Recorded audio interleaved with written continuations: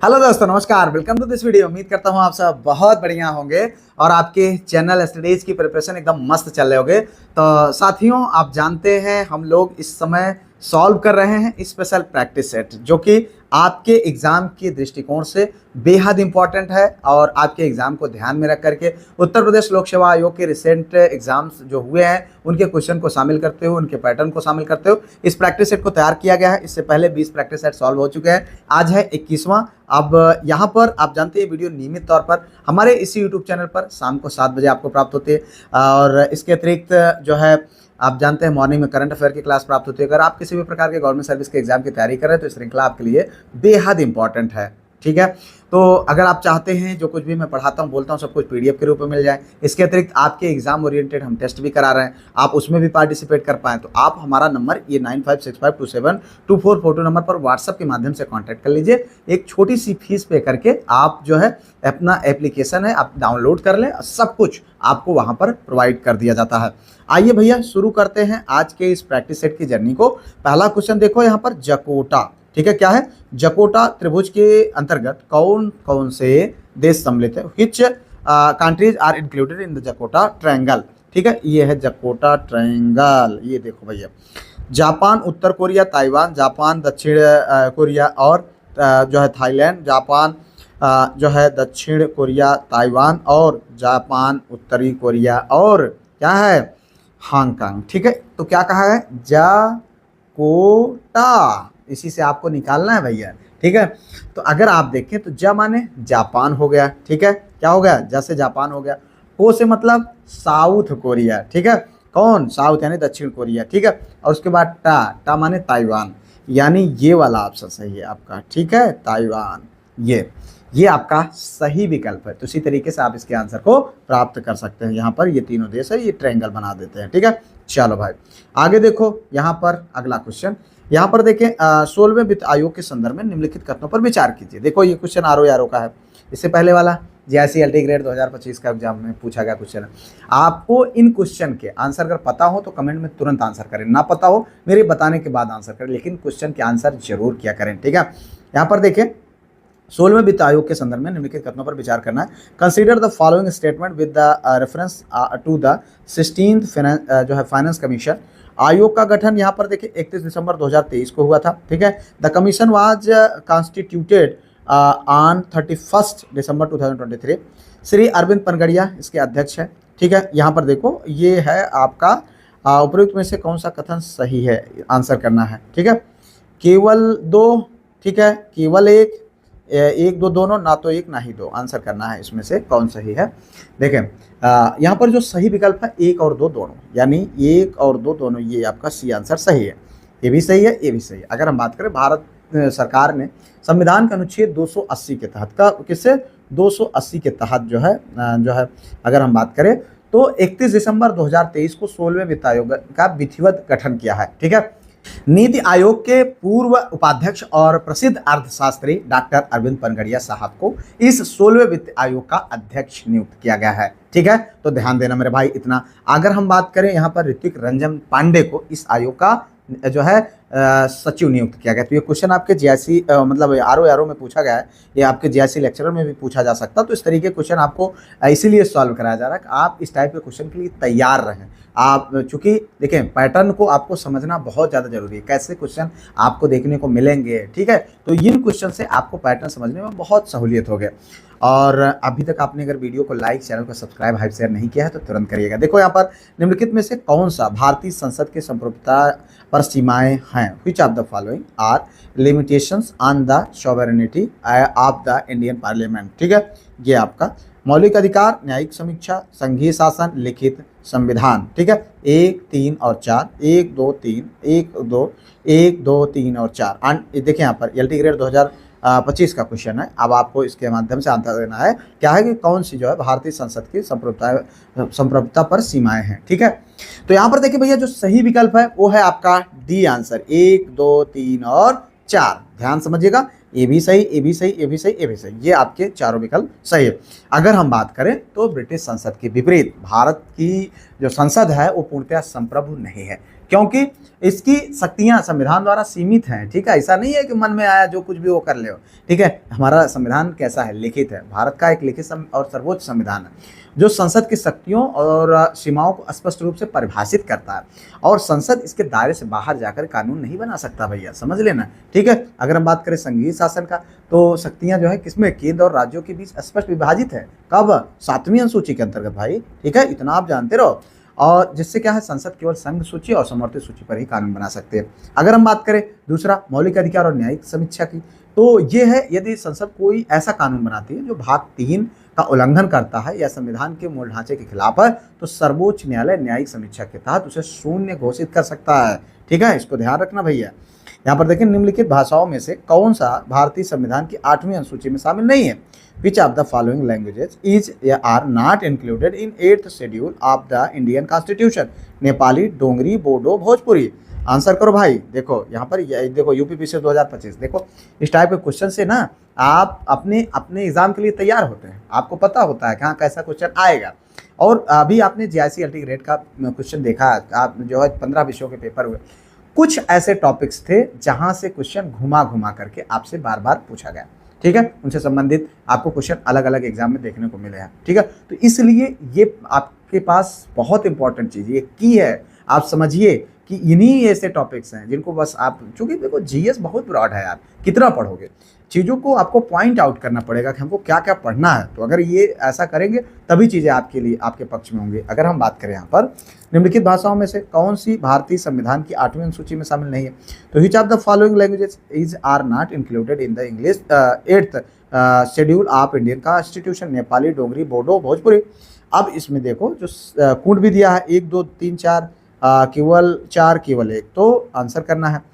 तो यहाँ पर देखें जो सही विकल्प है मित्रों है केवल 4। जी हाँ, अगर हम देखें तो ये क्या है, भोजपुरी, ठीक है। ध्यान समझिएगा मेरे भाई, वर्तमान में भारतीय संविधान की 8वीं अनुसूची में 22 अधिकारी, कितनी भाषाएं, 22 भाषाओं को जो है मान्यता प्राप्त है। और अगर हम इसकी बात करें नेपाली की, तो नेपाली भाषा को कब, 1992 में, कब, 1992 में, कब, 1992 में 71वें संविधान संशोधन के माध्यम से कोंकणी और मणिपुर के साथ में जोड़ा गया, ठीक है।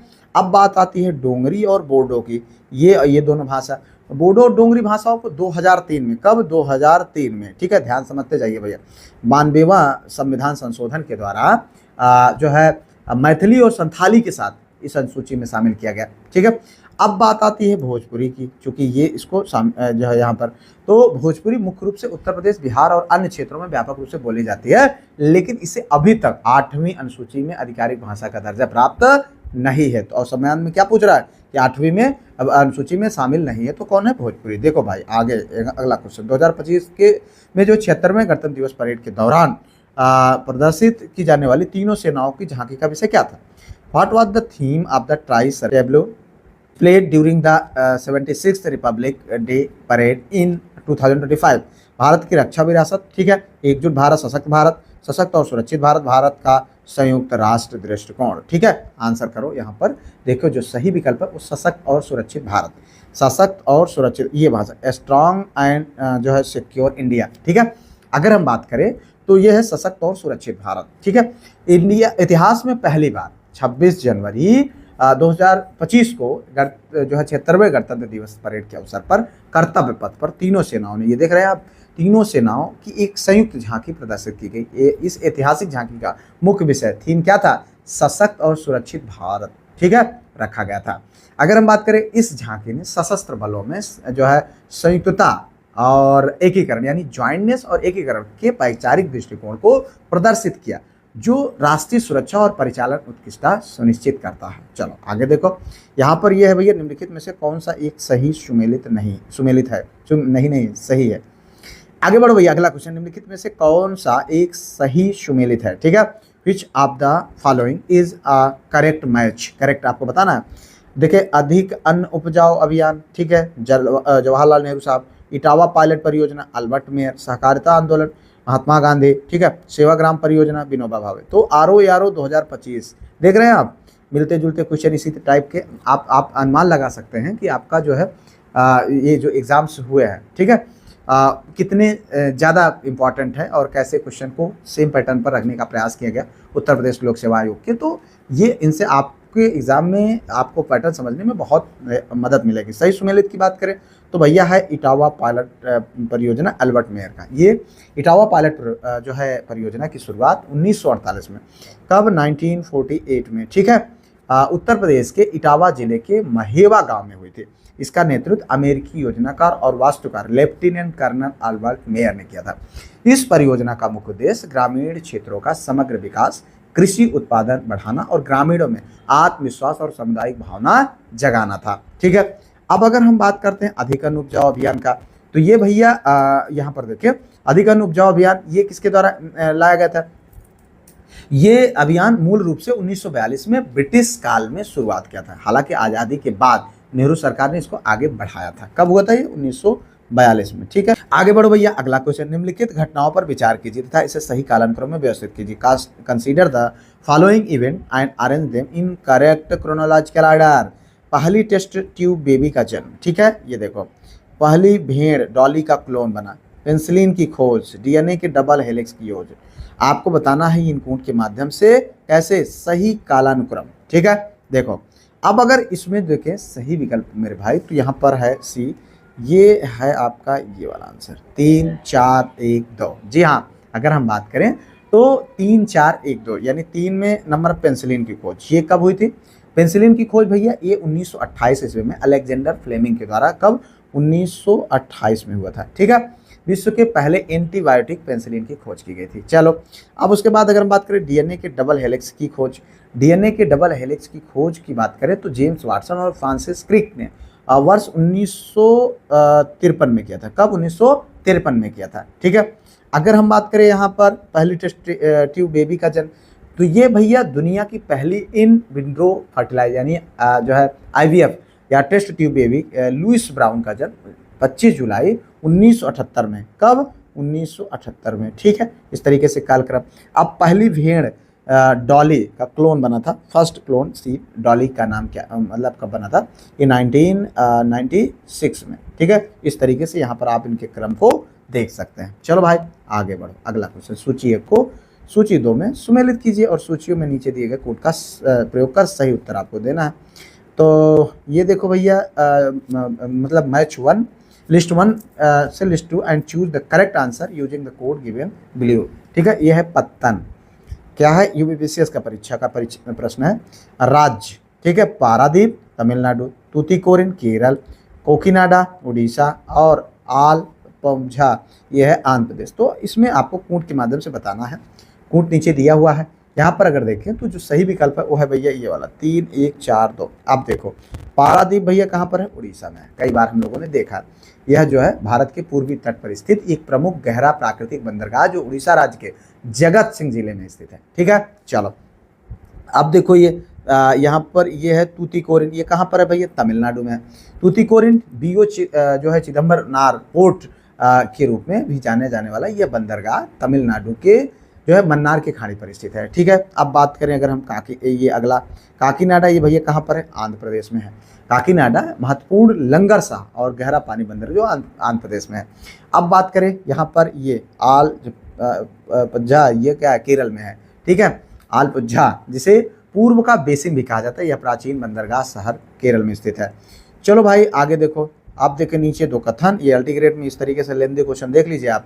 2 कथन दिए गए हैं जिनमें से एक को कथन ये दूसरे को कारण आर के रूप में अंकित किया गया है। ठीक है, भारत ने अपनी एकीकृत वायु रक्षा प्रणाली जो है हथियार प्रणाली का अगस्त 2025 में जो है परीक्षण किया। ठीक है, केरल के तट पर इस परीक्षण को किया गया। ठीक है, ए और आर दोनों सही, आर ए की सही व्याख्या करता है, ये गलत है, आर सही है। ए आर दोनों सही है परंतु आर ए की सही व्याख्या नहीं करता है। आपको बताना है सही विकल्प। देखें यहाँ पर जो सही है वो है आपका डी आंसर, ये है सही है।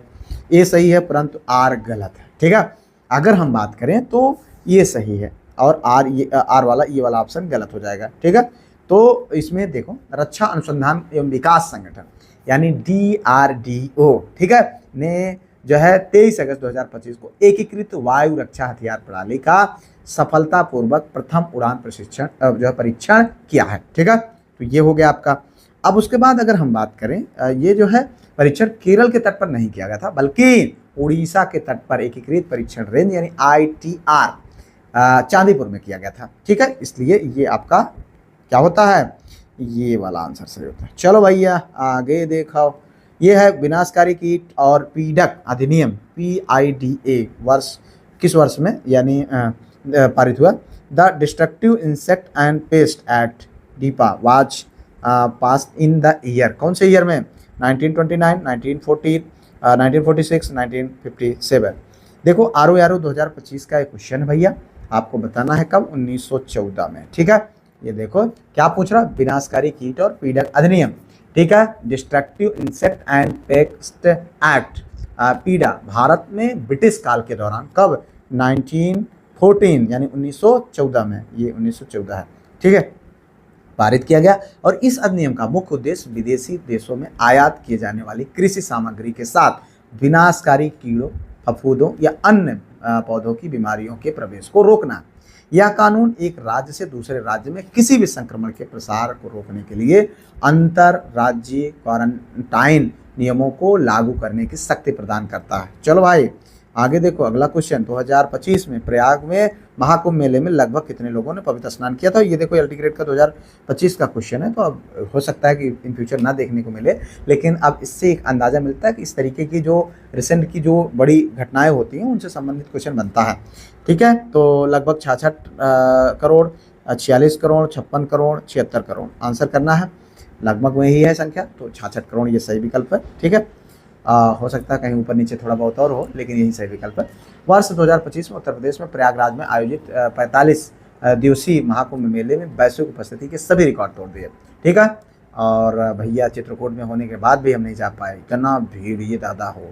विभिन्न सरकारी और प्रमाणिक मीडिया आंकड़ों के अनुसार इस आयोजन में 63 से 66 करोड़, मतलब हमारे चित्रकूट में भी भीड़ लगा करते थे भाई, जाम लगा रहता था, मतलब कार निकालने से पहले सोचना पड़ता था, ये होता था काम निकल जाए बाइक से ही चलो। यह अब तक के मानव इतिहास में किसी भी धार्मिक, सांस्कृतिक एवं सामाजिक कार्यक्रम के लिए सबसे बड़ी सभा बन गई थी। मतलब भीड़ देख करके डर लग जाता था यार, इतनी भीड़ थी। निम्नलिखित घटनाओं को सही कालानुक्रम अनुसार क्रम में व्यवस्थित कीजिए तथा नीचे दिए गए कोड से सही उत्तर आपको चुनना। Are in the following event is correct chronological order and select correct answer for the code given below.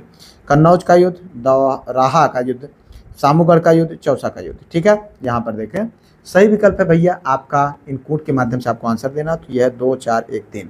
देखें ये UPPCS 2025 का प्रश्न है। ठीक है, 2 4 1 2, यहाँ पर देखें दो जो है दोराहा का युद्ध। अगर हम बात करें तो दोराहा का युद्ध भैया ये कब? 1532 में, 1532 में। ठीक है, अब उसके बाद अगर हम देखें यहाँ पर तो अगला जो है फिर चौसा का युद्ध आ जाता है। अब चौसा का युद्ध मतलब अगर पहले इसी के बारे में बात करें, 1532 ईस्वी में हुमायूं और अफगान विद्रोहियों महमूद लोधी के नेतृत्व में बीच में हुआ था। किसके? हुमायूं और महमूद लोधी के बीच में। ठीक है, अब उसके बाद अगला युद्ध आता है चौसा का युद्ध। चौसा का युद्ध कब हुआ था भैया? ये है 26 जून 1539 में। कब? 1539 में। ठीक है, हुमायूं और शेरशाह सूरी के बीच में चौसा का युद्ध लड़ा था और इसमें शेरशाह सूरी की जीत हुई थी। ठीक है, चलो भाई अब उसके बाद अगला नंबर देखो यहाँ पर कन्नौज का युद्ध, बैटल ऑफ कन्नौज की अगर हम बात करें तो ये 1540 में हुआ था। ठीक है, 1540 हुमायूं और शेरशाह सूरी के बीच ये निर्णायक युद्ध हुआ और हुमायूं पूरी तरह से हार गया और उसे भारत छोड़ना पड़ गया। ठीक है, अब आगे आओ भाई सामूगढ़ का युद्ध। ये सामूगढ़ का युद्ध भैया यह मुगल सिंहासन के उत्तराधिकार का युद्ध था जो 29 मई कब? 1558 में लड़ा गया था, 1658 में। ठीक है, 29 मई 1658 में लड़ा गया। ठीक है, ये युद्ध, तो इसको आप इतना जानते रहें। आओ भाई आगे बढ़े। किस जो है स्थान के चुंबकीय यामोत्तर में पृथ्वी के चुंबकीय क्षेत्र का 36 घटक 0.26 G है और नति कोण 60 डिग्री है, उस स्थान पर पृथ्वी का चुंबकीय क्या होगा? तो ये है भैया आपको आंसर देना है। LT ग्रेड 2025 में साइंस का क्वेश्चन है। ठीक है, तो आप इसको लगा लीजिएगा। जो हमें आंसर प्राप्त हुआ वो यह है 0.52 G। आगे बढ़ो भैया, अगला क्वेश्चन, निम्नलिखित में से कौन सा ग्रंथ कालिदास के द्वारा नहीं लिखा गया? Which one of the following book is not written by Kalidas? Meghdoot, Raghuvansham जो है श्रृंगार शतक। ठीक है, नीचे दिए गए कोट सही उत्तर देना है। 1 और 2, 2 3 और केवल 1, मतलब 3 केवल 1 आंसर करो। सही विकल्प है भैया यहाँ पर क्या है? केवल 3। जी हाँ, ये आंसर। ठीक है, ये आपका श्रृंगार शतक। मतलब कौन सा ग्रंथ कालिदास के द्वारा नहीं लिखा गया? तो मेघदूत और रघुवंशम किसके द्वारा लिखा गया है? कालिदास के द्वारा। महाकवि, संस्कृत के प्रकांड विद्वान महाकवि जो है कालिदास के द्वारा ये जो है लिखा गया मेघदूतम और रघुवंशम। ठीक है, श्रृंगार शतक की बात करें तो कालिदास की रचना नहीं, राजा भर्तृहरि द्वारा लिखा गया है। ठीक है, जिन्होंने नीति शतक, श्रृंगार शतक और बैराग शतक की भी रचना की थी। ठीक है भैया, आगे बढ़ो। अगला क्वेश्चन, नीचे दो कथन दिए गए हैं, उनमें से एक कथन को ए और दूसरे को कारण आर। ठीक है, below are two statement, one label as assertion and other as reason. देखिए यहाँ पर G20 शिखर सम्मेलन 2023 का विषय क्या था? वसुधैव कुटुंबकम। ठीक है, जिसका अर्थ एक पृथ्वी, एक परिवार, एक भविष्य।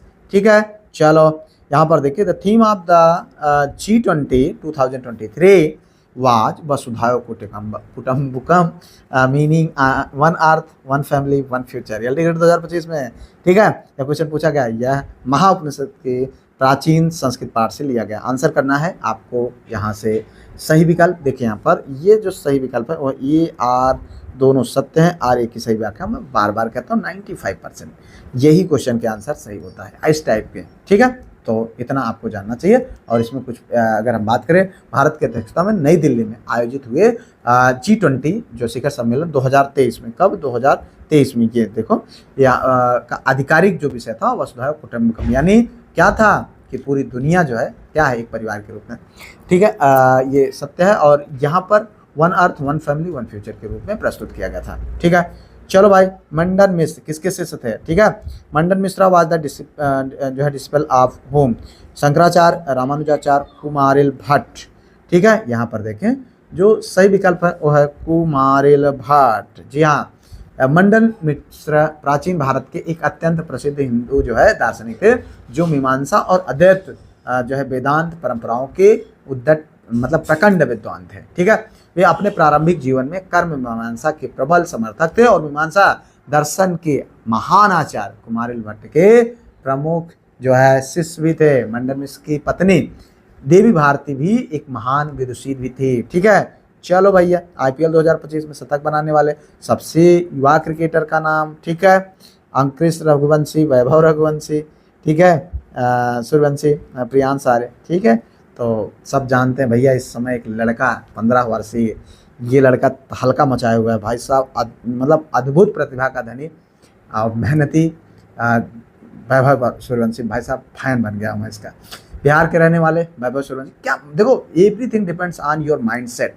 जब हम किसी भी चीज़ को करने जाते हैं तो माइंडसेट बहुत इंपॉर्टेंट है। अब आधे लोग एग्जाम को देख करके डर जाते हैं, और ये इतना टफ एग्जाम होगा, कैसे मुझे देना, लेक्चर पास कर पाऊंगा नहीं। लेकिन इस लड़के ने बड़े से बड़े, नामी से नामी बॉलरों को पहली बॉल पर छक्का मार रहा है।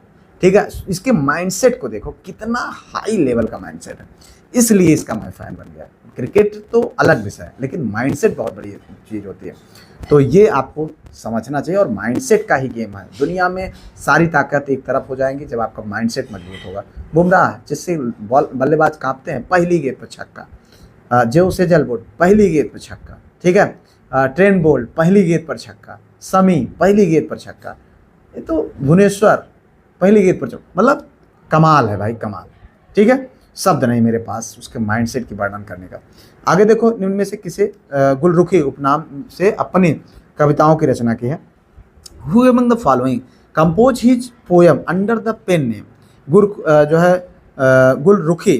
ठीक है, फिरोज तुगलक, बहलोल लोदी, सिकंदर लोदी, इब्राहिम लोदी। ठीक है, आंसर करो भाई। यहाँ पर देखो, जो सही विकल्प है वो है सिकंदर लोदी। क्या है? सिकंदर लोदी, ये आपका सही विकल्प है।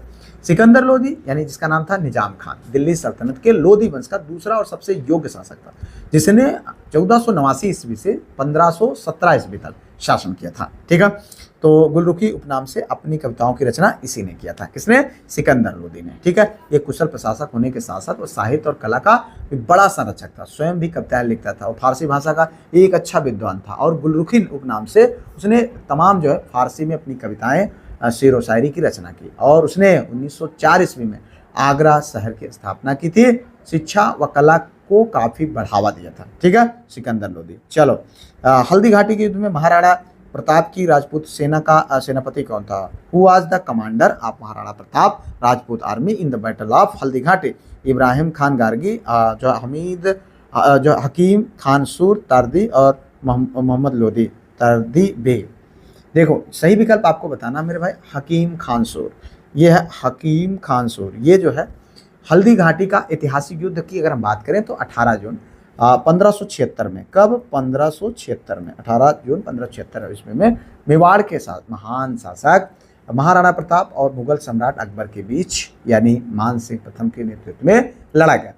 युद्ध में महाराणा प्रताप की सेना के अग्रिम दल यानी जो है हरावल या तोपखाने का नेत्री एक अफगान योद्धा हकीम खानसूर कर रहे थे। हकीम खानसूर शेर शाह सूरी के वंशज थे और उन्होंने मुगलों के खिलाफ महाराणा प्रताप का साथ देना चुना था। ठीक है, यह युद्ध भारतीय इतिहास में एक अमिट छाप छोड़ता है क्योंकि यह सांप्रदायिक सौहार्द का भी एक प्रतीक था, जहां एक मुस्लिम सेनापति ने हिंदू राजा के खिलाफ लड़ते हुए अपने जो है प्राणों की आहुति दिया था। ठीक है, तो इस तरीके से आप इसको जानते रहे। चलो भाई, निम्नलिखित में से कौन सा अनुच्छेद यह प्रावधान करता है कि उच्चतम न्यायालय द्वारा घोषित कानून भारत के राज्य क्षेत्र के भीतर सभी न्यायालयों के लिए बाध्यकारी होगा? विच of the following article provide that the declared by the supreme court shall be जो है binding of all court with in the territory of India? अनुच्छेद 140, 143, 142, 141। ठीक है, आंसर करो। देखिए यहाँ पर जो सही विकल्प है वो है अनुच्छेद 141। ये आपका सही विकल्प है, अनुच्छेद 141। यह स्पष्ट रूप से प्रावधान करता है कि भारत के सर्वोच्च न्यायालय द्वारा घोषित कोई भी कानून या दिया गया निर्णय भारत के राज्य क्षेत्र के भीतर सभी निचली अदालतों में पूरी तरह बाध्यकारी होगा। आगे बढ़ो भैया, अगला क्वेश्चन। भारतीय संविधान की स्वतंत्रता का अधिकार 4 अनुच्छेदों द्वारा प्रदान किया गया है, जो the right to freedom is provided by 4 article of Indian constitution which are. देखो अनुच्छेद 19 से 22, अनुच्छेद 16 से 19, अनुच्छेद 17 से 20, अनुच्छेद 17 से 21। देखो बार बार मैं आप लोगों को बताता हूँ भाई कि शुरुआत के जो अनुच्छेद हैं, ठीक है, भाग 3 के जो अनुच्छेद हैं खास करके वो बहुत ज़्यादा इंपॉर्टेंट है, वहाँ से बहुत क्वेश्चन बनता है। अनुच्छेद 32 तक जो है 17 हो गया, 16 हो गया, 21 हो गया, बहुत क्वेश्चन बनते हैं। तो यहाँ पर अगर हम देखें तो जो सही विकल्प है मित्र वो है आपका अनुच्छेद 19 से 22 तक। ठीक है, ये अनुच्छेद 19 से 22 तक भारतीय संविधान की स्वतंत्रता का अधिकार भाग 4 अनुच्छेदों द्वारा प्रदान किया गया है, जो कि अनुच्छेद 19 से 22 तक का है। ठीक है, अब अगर हम बात करें तो यह स्वतंत्रता का अधिकार एक महत्वपूर्ण जो है लोकतांत्रिक अधिकार है। यह अधिकार कहाँ तक? इस 19 से 22 तक। और 19 नागरिकों में, अनुच्छेद 19 में नागरिकों को वाक अभिव्यक्ति और जो है स्वतंत्रता सहित 6 प्रकार की मूल जो है स्वतंत्रताओं की गारंटी मिली है। ठीक है, चलो भाई आगे देखो। यहाँ पर अगला क्वेश्चन, गोविंद बल्लभ पंत सागर जलाशय स्थित है। गोविंद बल्लभ पंत सागर जो है reservoir is located Uttar Pradesh, Chhattisgarh, Jharkhand और उत्तराखंड में। ठीक है, हमने कई बार इस पर चर्चा किया है। ये कहाँ है? हमारे उत्तर प्रदेश में है। ठीक है, उत्तर प्रदेश में कहाँ पर? रिहंद डैम के नाम से जाना जाता है। ये मानव निर्मित भारत की सबसे बड़ी जो है कृत्रिम झील है। यह पिपरी नामक स्थान सोनभद्र जिले में स्थित है। इस बात का निर्माण रिहंद नदी पर किया गया है, इतना आपको जानना चाहिए। आगे बढ़ते हैं, अगला क्वेश्चन। हाल ही में कौन सा भारतीय महानगर तेंदुओं की राजधानी बन गया? विच इंडियन जो है metropolis has recently become the leopard capital? Mumbai, Chennai, Bengaluru, Kolkata. Answer करना, करंट का क्वेश्चन है, बहुत इंपॉर्टेंट है। ठीक है, पूछा जाएगा आपसे। मुंबई सही विकल्प है भैया, मुंबई। भारत की आर्थिक राजधानी कहे जाने वाले मुंबई महानगर को दुनिया के एक ऐसे अनोखे शहरों में गिना जाता है जहां घनी शहरी आबादी के ठीक बीचों बीच तेंदुओं का प्राकृतिक वास है। ठीक है, मुंबई के मध्य स्थित संजय गांधी राष्ट्रीय उद्यान और उनके आसपास के वन क्षेत्रों इन तेंदुओं का प्रमुख घर है। ठीक है, चलो भैया, उत्तर पश्चिम प्रांत में अवध का एकीकरण हुआ है। The integration of Awadh in the north western province took place in 1860, 1877, 1880, 1901। Answer करो भाई। देखो यहाँ पर जो सही विकल्प है वो आपको बताना है। सही विकल्प है 1877। ठीक है, 1877। ठीक है, British governor general Lord Dalhousie ने 1856 में वाजिद अली शाह का शासन का आरोप लगाकर अवध पर ब्रिटिश साम्राज्य में विलय कर लिया था। ठीक है, तो अवध पर नियंत्रण को प्रशासनिक रूप से सुदृढ़ करने के लिए 1877 ईस्वी से उत्तर पश्चिमी प्रांत के साथ मिला लिया गया था।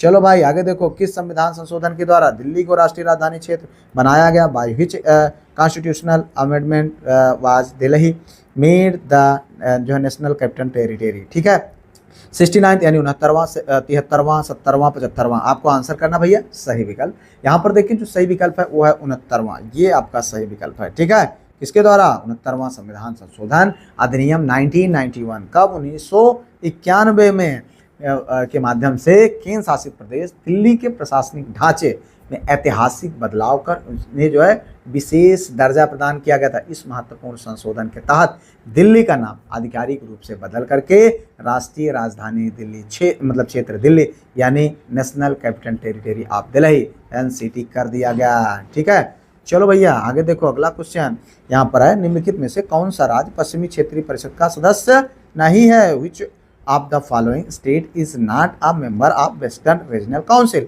महाराष्ट्र, गुजरात, राजस्थान और उपरोक्त में से कोई नहीं। कई बार हमने इस क्वेश्चन के आंसर को देखा है, कौन है? राजस्थान। ठीक है, भारत में राज्य पुनर्गठन अधिनियम 1956 के तहत अंतर्राज्यीय सहयोग को बढ़ावा देने के लिए 5 क्षेत्रीय परिषदों की स्थापना की गई। जो पश्चिमी क्षेत्रीय परिषद के अंतर्गत महाराष्ट्र, गुजरात, गोवा राज्य और दादर और नगर हवेली, दमन और दीव केंद्र शासित प्रदेश शामिल।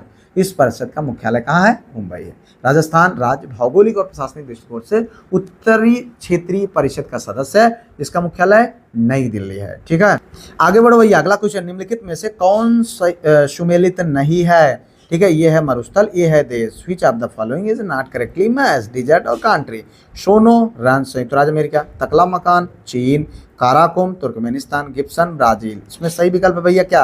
आपको बताना, फटाक से आंसर करना भैया। ये गिब्सन जो बताया जा रहा है कहाँ? ब्राजील में।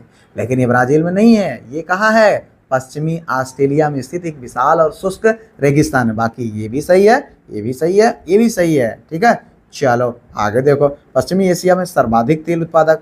इराक, ईरान, सऊदी अरब, लेबनान। आंसर करो भैया।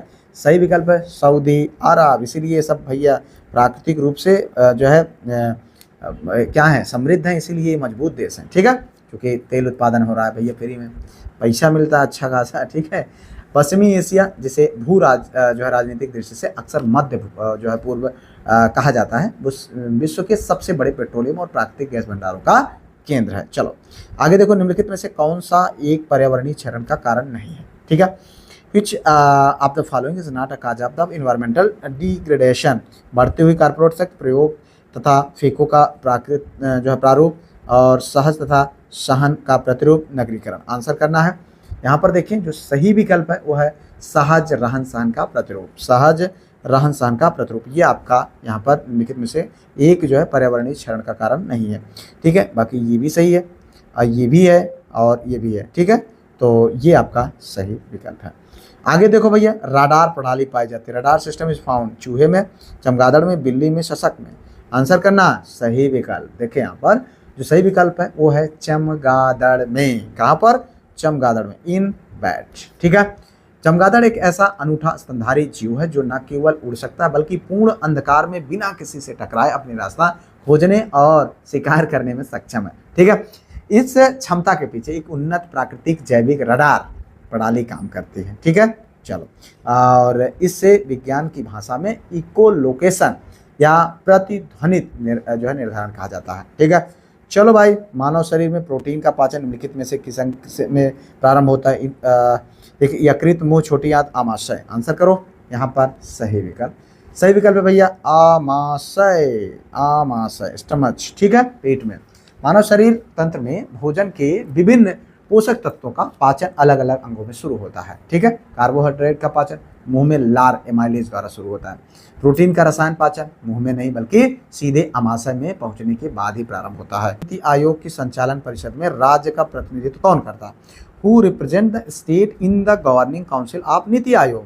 देखिए यहाँ पर राज्य वित्त मंत्री, मुख्यमंत्री, राज्यपाल, राज्य सरकार के मुख्य सचिव। ठीक है, आंसर करो यहाँ पर। देखें सही विकल्प। सही विकल्प है मुख्यमंत्री, चीफ मिनिस्टर। ठीक है, नीति आयोग भारत सरकार का प्रमुख नीतिगत थिंक टैंक है जिसकी स्थापना 1 जनवरी 2015 को योजना आयोग के स्थान पर की गई थी। ठीक है, नीति आयोग की शासी परिषद यानी गवर्निंग जो काउंसिल है उसकी सर्वोच्च निर्णय लेने वाली संस्था है जिसकी अध्यक्षता भारत के कौन करता है? प्रधानमंत्री करता है। ठीक है, चलो, शहद के व्यावसायिक उत्पादन के लिए मधुमक्खी के वैज्ञानिक प्रबंधन के रूप में जाना जाता है। ठीक है, तो यहाँ पर sericulture, lakh culture, moriculture, apiculture, कौन सा कल्चर है भैया, फटाक से आंसर करो, ये बहुत बार देखा जा चुका, कौन सा है, एपीकल्चर, ये ठीक है। चलो भाई आगे देखो, अगला क्वेश्चन यहाँ पर है, निम्नलिखित में से कौन भारतीय रिजर्व बैंक मौद्रिक नीति समिति का बाह्य सदस्य 2021 में नहीं है, ठीक है। जय आर वर्मा, आसिमा गोयल, शशांक भिंडे और माइकल देवव्रत पात्रा। तो यहाँ पर जो सही विकल्प है वो है माइकल देवव्रत पात्रा। क्या है, माइकल देवव्रत पात्रा, ये आपका सही विकल्प। भारतीय रिजर्व बैंक की मौद्रिक नीति समिति भारत में मुद्रास्फीति के लक्ष्य को प्राप्त करने हेतु आवश्यक बेंचमार्क ब्याज दरों यानी जैसे रेपो रेट की निर्धारित करने वाली 6 सदस्यीय एक वैधानिक संस्था है। और इस समिति की संरचना के अनुसार इसमें 3 सदस्य स्वयं आरबीआई के होते हैं और 3 सदस्य बाह्य यानी बाह्य सदस्यों की नियुक्तियां की जाती है, ठीक है। चलो भाई आगे देखो, सेंसेक्स बॉम्बे स्टॉक एक्सचेंज यानी बीएसई का जो है प्रचलित सूचकांक, बीएसई के सूचीबद्ध कितनी ब्लू चिप कंपनियों में से इसका मापन होता है, ठीक है। 20, 30, 25 और 10। आंसर करना सही विकल्प, यहाँ पर देखें जो सही है वो है भैया 30, ये है आपका सही विकल्प, ठीक है। सेंसेक्स जो कि सेंसिटिव इंडेक्स का संक्षिप्त रूप है, भारत के सबसे पुराने प्रमुख शेयर बाजार बॉम्बे स्टॉक एक्सचेंज का मुख्य बेंचमार्क सूचकांक है। इस सूचकांक की आधिकारिक शुरुआत 1 जनवरी 1986 ईस्वी को हुई थी और गणना के लिए इसका आधार वर्ष 1978 से 79 तक किया जाता है, ठीक है। इसका आधार मूल्य 100 अंक माना गया है। आगे बढ़ भैया, अगला क्वेश्चन, निम्नलिखित में से कौन सा उपाय कृषि संरचना और कृषि विकास के लिए प्रेरक बनाने हेतु तो अपनाया गया, मध्यस्थों की समाप्ति, भूधृत सुधार, जोतों की हरबंदी और उपयुक्त सभी, ठीक है। चलो देखिए यहाँ पर जो सही है वो है ऑल द अबव, ठीक है। यहाँ पर देखें, स्वतंत्रता प्राप्ति के पश्चात भारत सरकार ने कृषि क्षेत्र की उत्पादकता बढ़ाने, किसानों के शोषण को रोकने, ग्रामीण क्षेत्रों में सामाजिक न्याय सुनिश्चित करने के लिए व्यापक भूमि सुधार नीतियां लागू किया, ठीक है। जिसमें मध्यस्थों के सुधार समाप्ति की गई, भूधृत सुधार किए गए, लैंड टेन्योर रिफॉर्म किए गए, जोतों की हरबंदी किया गया, ठीक है। चलो भाई आगे बढ़ो, यहाँ पर निम्नलिखित में से भारत में उत्पादित रेशम की सबसे ज़्यादा उत्पादित की जाने वाली किस्म कौन सी है, ठीक है। मलबरी, टसर, एरी और मूंगा। आंसर करो सही विकल्प, हम लोगों ने कई बार इसको देखा भी है भाई, तो ये है मलबरी। जी हाँ, भारत में का रेशम उद्योग विश्व भर में अपनी विविधता के लिए प्रसिद्ध है, ठीक है। क्योंकि भारत दुनिया का एकमात्र ऐसा देश है जो व्यावसायिक रूप से रेशम की सभी 5 किस्में जैसे मलबरी, ओक टसर और ट्रॉपिकल टसर, एरी और मूंगा का उत्पादन करता है, लेकिन सबसे फेमस ये है, मतलब जो है सबसे ज़्यादा उत्पादित की जाती है। आगे बढ़ो, ये आज के सेकंड लास्ट क्वेश्चन की ओर। उत्तर प्रदेश का कौन सा क्षेत्र आद्य कल्प की प्राचीनतम शैलों में निर्मित है, शिवालिक, विंध्याचल, रुहेलखंड, बुंदेलखंड। आंसर करो, यहाँ पर सही विकल्प है भैया बुंदेलखंड, जहाँ पर हम हैं भैया, ठीक है। उत्तर प्रदेश का भौगोलिक विभाजन मुख्य रूप से 3 भागों में किया जाता है, भाबर और तराई क्षेत्र, ठीक है, मध्य और मैदानी भाग, दक्षिण का पठारी क्षेत्र, ये 3 भाग है। राज्य के सुदूर दक्षिणी भाग में स्थित बुंदेलखंड का पठारी क्षेत्र उत्तर प्रदेश का सबसे प्राचीन भूभाग माना जाता है, ठीक है। आज की इस अंतिम क्वेश्चन की ओर बढ़ते हैं भैया, निम्नलिखित युग्मों में से कौन सा एक सही सुमेलित नहीं है, विच one of the following is fair is not correctly match. ताला उद्योग अलीगढ़, कालीन भदोही, चूड़ी उद्योग शाहपुर और चिकनकारी लखनऊ। आंसर करना भैया, कौन एक सही सुमेलित नहीं है, ठीक है। ये उत्तर प्रदेश स्पेशल संबंधित क्वेश्चन है।